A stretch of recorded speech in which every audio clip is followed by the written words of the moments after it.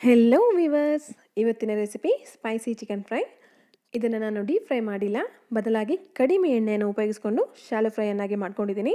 ಖಾರವಾಗಿ ತುಂಬ ಚೆನ್ನಾಗಿ ಬರುವಂಥ ಈ ರೆಸಿಪಿಯನ್ನು ಸ್ಟಾರ್ಟರ್ ರೆಸಿಪಿ ಅಂತ ಕೂಡ ಹೇಳ್ಬೋದು. ಹಾಗಾದರೆ ಬನ್ನಿ ಈ ರೆಸಿಪಿಯನ್ನು ಹೇಗೆ ಮಾಡೋದು ಅಂತ ನೋಡೋಣ.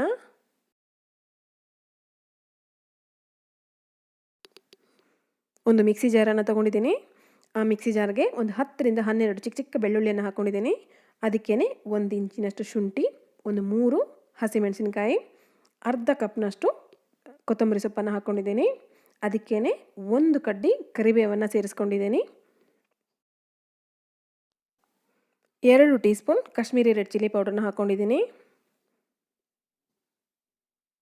1/4 ಟೀ ಸ್ಪೂನ್ ಅರಿಶಿನ ಪುಡಿ, ಅರ್ಧ ಟೀ ಸ್ಪೂನ್ ಕರಿಮೆಣಸಿನ ಪುಡಿ, ಕಾಳು ಮೆಣಸಿನ ಪುಡಿ, ಒಂದು ಅರ್ಧ tea ಸ್ಪೂನ್ನಷ್ಟು garam masala, 1 tea spoon ಉಪ್ಪು, ಕೊನೆಯದಾಗಿ ಒಂದು ಅರ್ಧ ಲಿಂಬೆಹಣ್ಣು ಮೀಡಿಯಮ್ ಸೈಜಿಂದನ್ನು ಹಿಂಡ್ಕೊಂಡು ಹಾಕ್ಕೊಂಡಿದ್ದೀನಿ.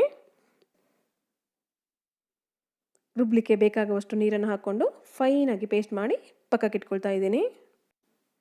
ಈ ಮಸಾಲೆ ಸ್ವಲ್ಪ ಗಟ್ಟಿಯಾಗಿ ಇರಬೇಕು, ನೀರಾಗಿರಬಾರ್ದು. ಫೈನ್ ಪೇಸ್ಟ್ ರೆಡಿಯಾಗಿದೆ.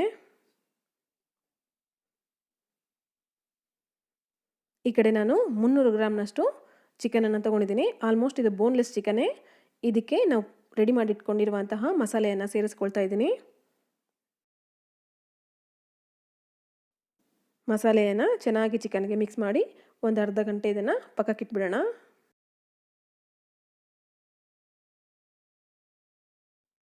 ಅರ್ಧ ಗಂಟೆ ಚಿಕನ್ ಮ್ಯಾರಿನೇಟ್ ಆದ ನಂತರ ಒಂದು ಪ್ಯಾನ್ ಇಟ್ಕೊಂಡಿದ್ದೀನಿ. ಇಲ್ಲಿ ಇದಕ್ಕೆ ನಾನು 2 ಟೇಬಲ್ ಸ್ಪೂನ್ನಷ್ಟು ಎಣ್ಣೆನ ಸೇರಿಸ್ಕೊಂಡಿದ್ದೀನಿ. ಎಣ್ಣೆ ಚೆನ್ನಾಗಿ ಬಿಸಿ ಆಗಬೇಕು.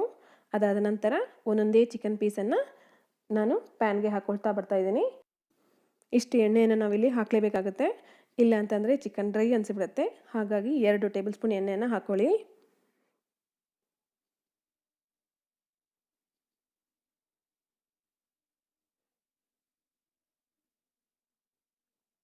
ಇವಾಗ ಎಲ್ಲ ಚಿಕನ್ ಪೀಸಸನ್ನು ನಾನು ಪ್ಯಾನಿಗೆ ಹಾಕ್ಕೊಂಡಾಗಿದೆ. ಇದನ್ನು 15 ನಿಮಿಷ ಕಡಿಮೆ ಉರಿಯಲ್ಲಿ ಬೇಯಿಸ್ಕೊಳ್ತಾ ಇದ್ದೀನಿ. ಯಾಕಂದರೆ ಚಿಕನ್ ಮಧ್ಯಮ ಗಾತ್ರದ ಪೀಸ್ ಆಗಿರೋದ್ರಿಂದ 15 ನಿಮಿಷ ಇದು ಬೇಯಲಿಕ್ಕೆ ಬೇಕಾಗುತ್ತೆ. 15 ನಿಮಿಷ ಬೆಂದಾದ ನಂತರ ಇದನ್ನು ನಾನು ಒಂದ್ಸಲ ಉಲ್ಟಾ ಹಾಕ್ಕೊಳ್ತಾ ಇದ್ದೀನಿ.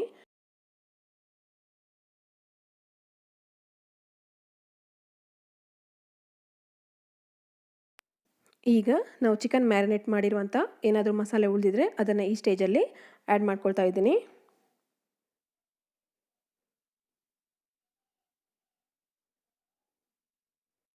ಹಾಗೆಯೇ ಒಂದು ಸ್ವಲ್ಪ ಕರಿಬೇವಿನ ಎಲೆಗಳನ್ನು ಕೂಡ ಸೇರಿಸ್ಕೊಳ್ತಾ ಇದ್ದೀನಿ. ಇದನ್ನು ಕೂಡ 15 ನಿಮಿಷ ಕಡಿಮೆ ಉರಿಯಲ್ಲಿ ಬೇಯಿಸ್ಕೊಳ್ಬೇಕು. ಇವಾಗ ಪರ್ಫೆಕ್ಟ್ ಆಗಿರುವಂಥ ಸ್ಪೈಸಿ ಚಿಕನ್ ಫ್ರೈ ರೆಡಿಯಾಗಿದೆ. ಈ ಚಿಕನ್ಗೆ ಮಾಡಿರುವಂತಹ ಮಸಾಲೆ ಒಳ್ಳೆ ಫ್ಲೇವರ್ಫುಲ್ ಆಗಿರುತ್ತೆ. ಇದನ್ನು ಬೇಯಿಸ್ಕೊಳ್ಬೇಕಾದ್ರೆ ಬರುವಂತಹ ಪರಿಮಳ ಮನೆ ತುಂಬ ಹರಡ್ಕೊಂಡಿರುತ್ತೆ.